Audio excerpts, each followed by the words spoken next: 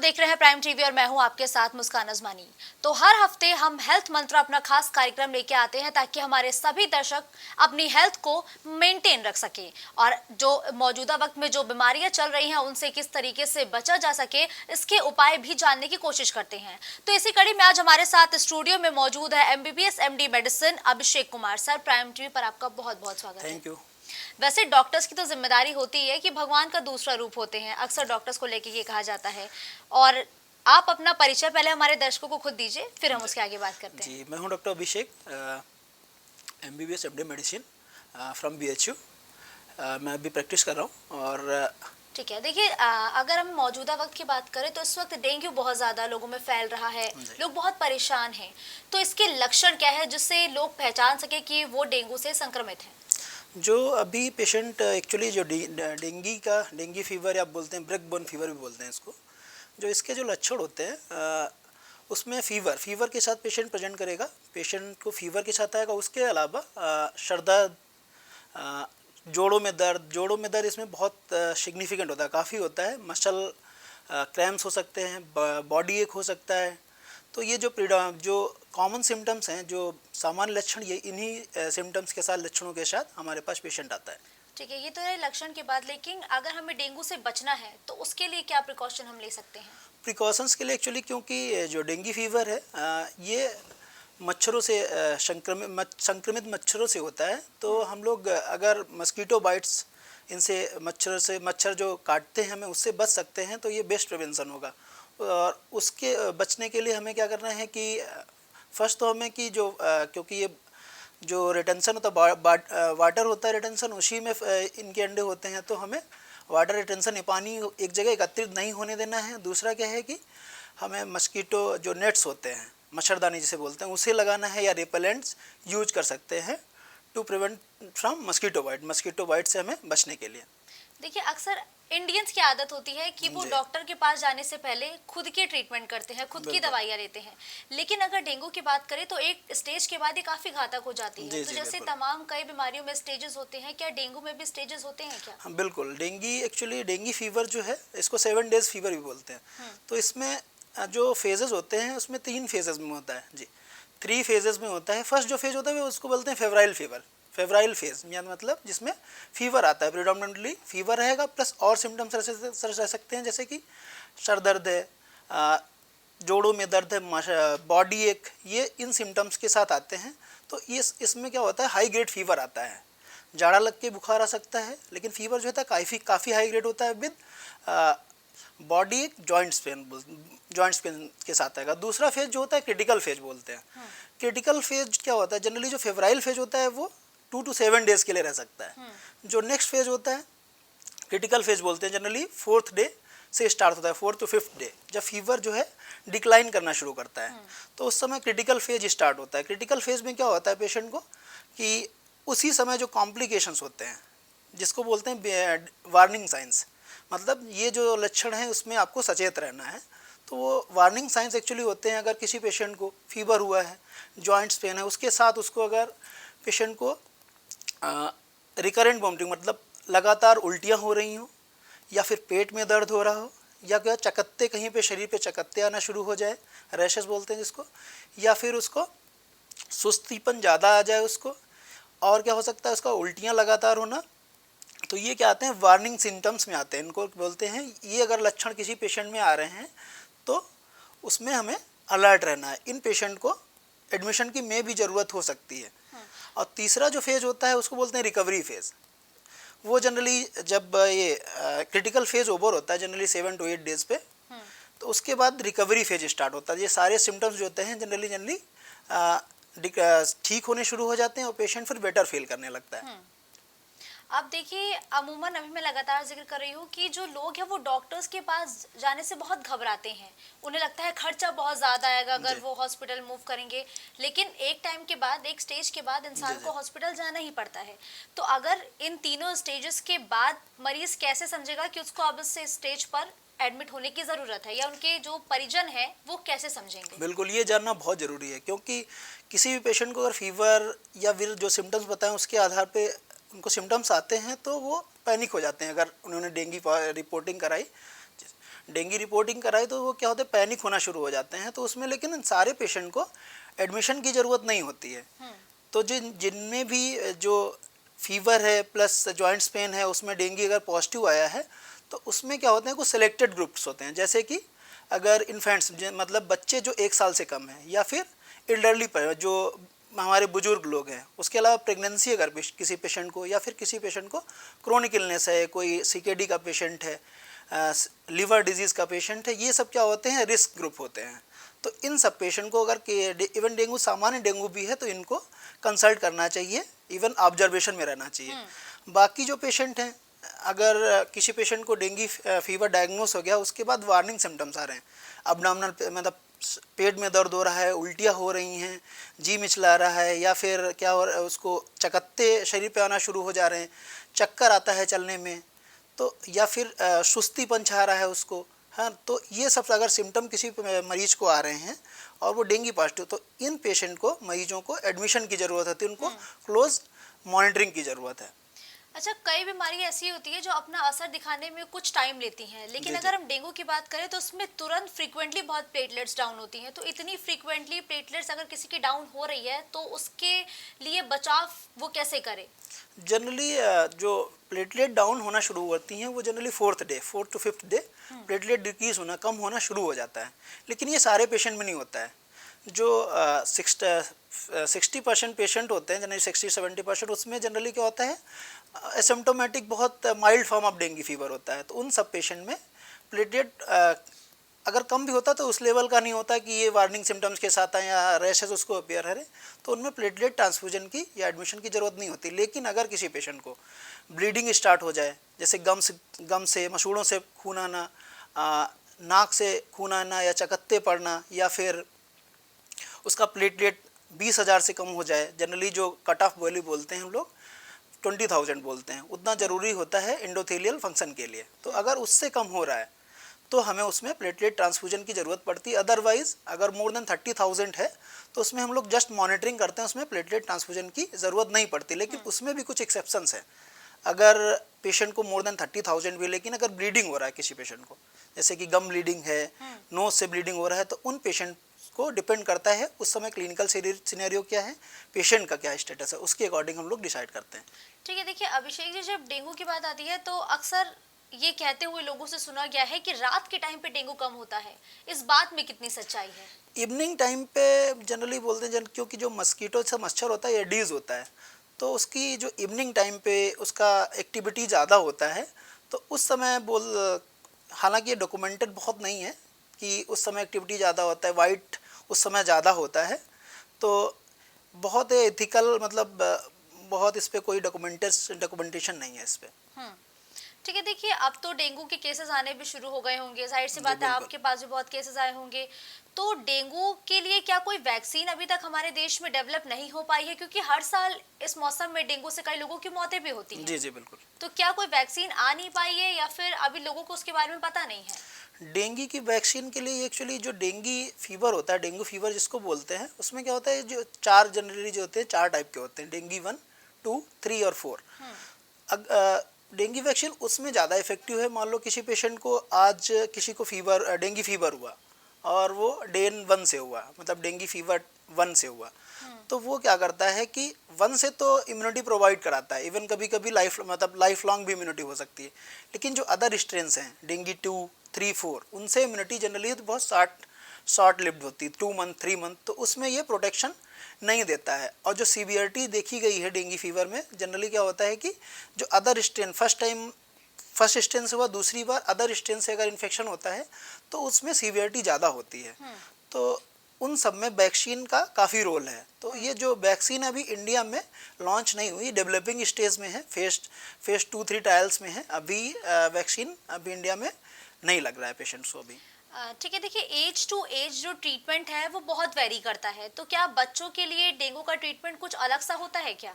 नहीं, बिल्कुल नहीं। डेंगू का ट्रीटमेंट जनरली क्या होता है कि अगर माइल्ड सिम्टम्स हैं डेंगू फीवर के, वार्निंग साइंस नहीं है, तो जस्ट हम लोग रेस्ट के लिए बोलते हैं, पेशेंट को प्रॉपर रेस्ट करना है। फ्लूइड डिहाइड्रेशन इसमें काफ़ी सिग्निफिकेंट है। पेशेंट डिहाइड्रेटेड हो जाते हैं तो फ्लूइड एडुकेटली लेना है और रेस्ट करना है प्रॉपर। दूसरा क्या है कि बहुत इसमें से कोई डेफिनेट ट्रीटमेंट नहीं है तो क्या करते हैं, पैरासीटामॉल, फीवर के लिए हम लोग पैरासीटामॉल यूज़ करते हैं। जो अदर एनेशेट बोलते हैं, जैसे कि जो दर्द की दवाइयाँ होती है एनेशेट्स बोलते हैं, उनको इसमें नहीं लेना होता है क्योंकि उसमें ब्लीडिंग टेंडेंसी बढ़ जाती है। तो हम लोग जो फीवर के लिए हमने पैरासीटामॉल यूज करना था, उसके अलावा एडुकेट रेस्ट करना है, प्लस हाइड्रेशन स्टेटस अपना अच्छा रखना है कि डिहाइड्रेशन हमें बॉडी में ना हो पाए। ठीक है, यानी कि अगर किसी को डेंगू होता है तो वो बॉडी को अपनी हाइड्रेट रखे। जी जी, लेकिन क्या खाने में भी कुछ हमें ऐसे डाइट को फॉलो करना पड़ता है क्या? लिक्विड जो फ्लूइड जैसे कि जूस हैं, ठीक है, जो फ्लूइड कंटेनिंग जिसमें प्रॉपर फ्लूइड्स हैं वो हम लोग अपना डाइट में इंक्लूड कर सकते हैं। ठीक है, तो जिसमें मतलब हाइड्रेशन स्टेटस ठीक रहे, उन सब फूड्स को हम लोग अपनी डाइट में शामिल कर सकते हैं। इम्यूनिटी बूस्टर्स भी ले सकते हैं, लेकिन इसका क्योंकि ये सेल्फ रिजॉल्विंग है, जनरली जो डेंगू फीवर होता है 7 डेज़ का जनरली रहता है, इसमें रिजॉल्व कर जाता है। जितने भी जैसे डेंगू फीवर है 7 डेज़ में रिजॉल्व कर जाता है, तो आगे अपने आप से ही पेशेंट ठीक होना शुरू हो जाता है। ठीक है, देखिए हर साल लगातार मैं जिक्र कर रही हूँ कि जो डेंगू के केसेस हैं वो लगातार बढ़ते हैं। पॉपुलेशन के साथ ही शायद केसेस में भी लगातार बढ़ोतरी हो रही है, लेकिन सबसे ज्यादा अगर कहीं मौतें होती है डेंगू से तो कहीं ना कहीं वो ग्रामीण क्षेत्र है। तो वहाँ के लोग क्यों जागरूक नहीं हो पा रहे हैं? क्या हॉस्पिटल्स प्रॉपर अभियान नहीं चला रहे जो लोग जागरूक हो? कमी कहाँ रह जा रही है? एक्चुअली होता क्या है कि जो वार्निंग साइन जैसे मैंने बताया, आइडेंटिफाई वो नहीं कर पाते हैं डेंगू फीवर के जो वार्निंग साइंस हैं, या जिनको एडमिशन की ज़रूरत है, या जो मैंने हाई रिस्क ग्रुप्स बताए, जैसे कि एल्डरली पेशेंट, बहुत बुजुर्ग हैं हमारे, या फिर प्रेगनेंसी है किसी को, बच्चे हैं 1 साल से कम, या किसी को क्रोनिक इलनेस है जैसे कि लिवर डिजीज़ है, CKD है, उन सब पेशेंट को एडमिशन की ज़रूरत होती है, वो टाइमली एडमिट नहीं हो पाते हैं। या फिर क्या होता है, कभी कभी जो इम्यून रिएक्शंस बहुत ज़्यादा होते हैं, उसमें क्या होता है जो ऑर्गन डिस्फंक्शन स्टार्ट हो जाता है, जैसे लीवर इन्वॉल्वमेंट है। जो सीवियर डेंगू में क्या होता है कि प्लाज्मा लीकिंग होना शुरू हो जाती है, जो हमारा ब्लड जो नसों में खून बह रहा है वो लीक करना शुरू कर देता है, थर्ड स्पेसिंग बोलते हैं उसमें। तो उसमें क्या होता है, प्लूरल डिफ्यूजन स्टार्ट हो जाता है, हमारे जो फेफड़े हैं उसमें पानी भरने लगता है, पेट में पानी आना शुरू हो जाता है। उसके अलावा क्या है कि ब्लीडिंग हो सकती है। तो उन सब पेशेंट में वो अर्ली आइडेंटिफाई नहीं कर पाते हैं, या फिर उन्होंने उस चीज़ को सीरियसली नहीं लिया है, तो ये मुझे जो लगता है ये पेरीफेरी में उतना नहीं हो पाता है। ठीक है, अब देखिए कुछ बीमारियां ऐसी होती हैं जिनका असर बाद में भी देखने को मिलता है और अगले साल तक भी उसका असर देखने को मिलता है। तो क्या डेंगू के साथ भी कुछ ऐसा है क्या कि अब भले ही हम अभी रिकवर हो रहे हैं लेकिन उसका असर हो सकता है कि एक बार फिर हमें अगले साल उसी मौसम में देखने को मिले? डेंगू का रीइन्फेक्शन हो सकता है, बिल्कुल हो सकता है, लेकिन इसके long term side effect generally नहीं देखे गए हैं। जो डेंगू फीवर के लॉन्ग टर्म साइड इफेक्ट है जनरली नहीं होते हैं। एक्यूट इलनेस है, सेल्फ रिजॉल्विंग है मोस्ट ऑफ पेशेंट में, तो लॉन्ग टर्म साइड इफेक्ट नहीं देखे गए हैं। लेकिन जो क्रॉस रिएक्शन है, जैसे मान लो किसी पेशेंट को, जैसे मैंने पहले भी बात करी है कि किसी को डेंगू 1 से हुआ है, तो वो अदर जो 3 स्ट्रेन्स हैं उनसे जब अगर इन्फेक्शन होता है किसी मरीज को, तो वो सिक ज़्यादा होते हैं, उसमें सीवियर डेंगू होने का रिस्क ज़्यादा बढ़ जाता है, एडमिशन का रेट उसमें ज़्यादा होता है। तो क्रॉस इम्यूनिटी प्रोवाइड नहीं कराता है हमारा जो डेंगू फीवर है, किसी स्ट्रेन, एक पार्टिकुलर स्ट्रेन है, वो अदर स्ट्रेन के लिए लॉन्ग टर्म इम्यूनिटी नहीं प्रोवाइड कराता है। लेकिन long term complication as such नहीं होते हैं, एक्यूटली हो सकते हैं, इवन मायोकार्डियल इन्वॉल्वमेंट हो सकता है, लीवर इन्वॉल्वमेंट हो सकता है, रेस्पिरेटरी इन्वॉल्वमेंट हो सकता है, जैसे ARDS बोलते हैं, वो हो सकता है इसमें। तो एक्यूट में मिल सकता है, long term generally patient resolve कर जाता है। अच्छा, जब भी डेंगू, चिकनगुनिया और मलेरिया की बात आती है तो बस लोगों को इतना ही पता है कि ये मच्छर से होता है, लेकिन आप इन तीनों के बारे में हमारे दर्शकों को थोड़ा डिटेल में बताइए। जैसे कि डेंगू की तो बात मैंने कर ली, चिकनगुनिया की बात करते हैं। चिकनगुनिया भी क्या होता है कि ये भी वायरस से ही होता है और मच्छर के काटने से ही होता है, मस्कीटो बॉर्न है। सिम्टम्स इसमें भी ऑलमोस्ट वैसे रहते हैं। फीवर, पेशेंट को फीवर रहेगा, हाई ग्रेड फीवर के साथ आएगा, बुखार के साथ आएगा। जॉइंट्स पेन इसमें काफ़ी सिग्निफिकेंट होता है, जॉइंट्स पेन रहेगा। और लेकिन ये भी क्या होता है, मोस्ट ऑफ पेशेंट में सेल्फ रिजॉल्विंग होता है, सेम प्रेजेंटेशन हो सकता है। तो हम कभी कभी क्लिनिकली इसको हम लोग नहीं करा, मतलब डिफरेंट नहीं कर पाते हैं, तो उसमें हम लोग टेस्टिंग कराते हैं। जैसे कि उसके लिए टेस्टिंग अवेलेबल है हमारे पास, डेंगू के लिए अवेलेबल है, NS1 एंटीजन होता है, ऐसे ही IgM है, आईजीएम एंटीबॉडी, आईजीजी, ऐसे चिकनगुनिया के लिए भी होता है। चिकनगुनिया आईजीएम कराते हैं एक्यूट के लिए, फिर एक और होता है आईजीजी होता है। मलेरिया का थोड़ा सा डिफरेंट है। मलेरिया क्या होता है, सेल्फ रिजॉल्विंग नहीं होता है, ठीक है। मलेरिया क्या है कि प्लाज्मोडियम से होता है, प्रोटोजोअल है ये, ठीक है। तो ये दोनों से अलग है। इसमें क्या होता है कि अगर फीवर इसमें भी जो प्रेजेंटेशन रहता है, जो सिम्टम्स आते हैं वो फीवर के साथ आएगा, हाई ग्रेड फीवर होगा, चिल्स होगा पेशेंट को, और फ्रिक्वेंटली आएगा, एक पार्टिकुलर पैटर्न हो सकता है या फिर लगातार भी हो सकता है। तो उसमें ये जब तक हम लोग ट्रीटमेंट नहीं देते हैं तो ये सेल्फ रिजॉल्विंग नहीं होता। ये क्या होता है, सीवियरिटी बढ़ती जाती है जब तक हम लोग एंटी मलेरियल नहीं यूज करते हैं। इन दोनों के केस में ऐसा नहीं है, जनरली सेल्फ रिजॉल्विंग होते हैं अनटिल अनलेस कोई सीवियरिटी ना आए, जैसे कि सीवियर डेंगू है या फिर उसमें चिकनगुनिया में ऑर्गन इन्वॉल्वमेंट ना हो तब तक। ठीक है, देखिए डेंगू और चिकनगुनिया कहीं ना कहीं सिम्टम्स क्वाइट सिमिलर, मिलते जुलते हैं, लेकिन अगर कोई घर बैठे से डिस्क्रिमिनेट करना चाहे कि नहीं मुझे डेंगू हुआ है, मुझे चिकनगुनिया हुआ है, तो क्या वो कर सकता है क्या, कि सिर्फ टेस्ट ही एकमात्र ऑप्शन है? नहीं, सिम्टम्स के बेसिस पे थोड़ा सा कर सकते हैं, लेकिन एकदम डेफिनेट नहीं है। जैसे कि जो डेंगू रहता है सिम्टम सेम है, ऑलमोस्ट फीवर है, जॉइंट्स पेन आ रहे हैं, जॉइंट्स पेन इसमें भी होते हैं। लेकिन एक डेंगू के केसेस में क्या होता है, रेट्रो ऑर्बिटल पेन, मतलब आंख के आसपास एरिया में काफ़ी दर्द रहता है। वो जनरली चिकनगुनिया में हम लोग नहीं देखते हैं। रेट्रो ऑर्बिटल पेन की बात करें तो जनरली डेंगू के लिए स्पेसिफिक होता है। और जो प्लाज्मा लीकिंग है, जैसे कि बोला कि शॉक में पेशेंट को जाना, ब्लीडिंग होना, ये रिस्क थोड़ा सा चिकनगुनिया में कम होता है। तो अगर ये सिम्टम आ रहे हैं, वार्निंग साइंस आ रहे हैं, तो हम लोग डेफिनेट जनरली डेंगू बोल सकते हैं। अगर फीवर के साथ आ रहा है, किसी को प्लाज्मा लीकिंग है, थ्रम प्लेटलेट उसका कम हो रहा है, और रैसेज आ रहे हैं, किसी पेशेंट को ब्लीडिंग हो रहा है, ऑर्गन इन्वॉल्वमेंट हो रहा है, तो सीवियरिटी जनरली डेंगू की तरफ ज़्यादा होगा वो। देखिए डेंगू का टेस्ट का आप जिक्र कर रहे थे कि डेंगू का टेस्ट भी होता है, तमाम हॉस्पिटल गवर्नमेंट से लेके प्राइवेट कहीं भी जाकर के जो इंसान है वो करा सकता है, लेकिन ये टेस्ट का प्रोसेस क्या है, ये टेस्ट कैसे होता है डेंगू का? ये जनरली सीरम से किया जाता है। तो एक सिंगल वीनस सैंपल लिख के उसमें एंटीजन डिटेक्शन कर सकते हैं। एंटीजन डिटेक्शन जनरली 24 आवर्स में आ सकता है। NS1 एंटीजन बोलते हैं हमारे, क्योंकि मोस्ट कॉमन जो है डेंगू 1 है, तो NS1 एंटीजन डिटेक्ट कर सकते हैं। उसके बाद क्या होता है, जैसे इन्फेक्शन होता है तो एक वायरीमिया फेज होता है, तो उस स्टेज में क्या होता है, सिर्फ एंटीजन डिटेक्शन होता है जनरली 2 to 3 डेज के लिए। उसके बाद क्या होता है, एंटीबॉडीज उसके अगेंस्ट हमारे बनना शुरू हो जाता है। एंटीबॉडीज मतलब इम्यूनिटी, उससे लड़ने की क्षमता, तो वो बनना शुरू होता है। तो उसके बाद 3 डेज के बाद, 2 to 3 डेज के बाद एंटीबॉडी डिटेक्शन कर सकते हैं। आईजीएम एंटीबॉडी बोलते हैं, जो एक्यूट के लिए होता है। आईजीजी क्या होता है, क्रोनिक फेज में भी मिल सकता है। तो हम लोग इस तरीके से इसका डिटेक्शन कर सकते हैं। ठीक है, देखिए डेंगू अक्सर इसी मौसम में ज़्यादा सुनने को मिलता है, अगस्त के आखिरी से लेकर और कहीं ना कहीं सितंबर, अक्टूबर या कभी कभी नवंबर तक भी खिंच जाता है। लेकिन इसी मौसम में जो डेंगू के मॉस्किटोज है वो इतने एक्टिव क्यों होते हैं, इसके पीछे की वजह क्या है? एक्चुअली इस समय क्या होता है, हमारे यहाँ जो इंडियन उसमें है कि जो बारिश होती है जनरली क्या होता है, जुलाई लास्ट में स्टार्ट होता है। जुलाई के आसपास में बारिश स्टार्ट होना शुरू होती है। उसी समय जो हमारे पास वाटर बॉडीज़ हैं, कहीं पे भी जो पानी है वो इकट्ठा होना शुरू होता है, चाहे छत पे हो या फिर कहीं पे भी जो कलेक्शन होता है वाटर का, उसी में फिर मस्कीटो जो है बनना शुरू होते हैं। उसके बाद क्या होता है, उनका भी एक फेज़ होता है। उसके बाद जब मस्कीटो बनते हैं, अगर इन्फेक्शन है किसी पर्सन को तो उसको बाइट करते हैं, तो वो मच्छर भी संक्रमित होते हैं। उसके बाद वो, अब मच्छर क्योंकि इस समय सबसे ज़्यादा फैलते हैं बारिश में, एक्सपोनेंशियल ग्रोथ करते हैं मच्छर, तो क्या होता है, एक भी अगर इन्फेक्टेड है पर्सन तो एक्सपोनेंशियली वो पूरी पॉपुलेशन को अफेक्ट कर सकता है, सराउंडिंग एरिया को, अगर उसने प्रिवेंटिव मेजर उस समय नहीं लिए गए। ठीक है, तो उस समय इसीलिए इस टाइम पे ज़्यादा चांस रहता है फैलने का इस समय।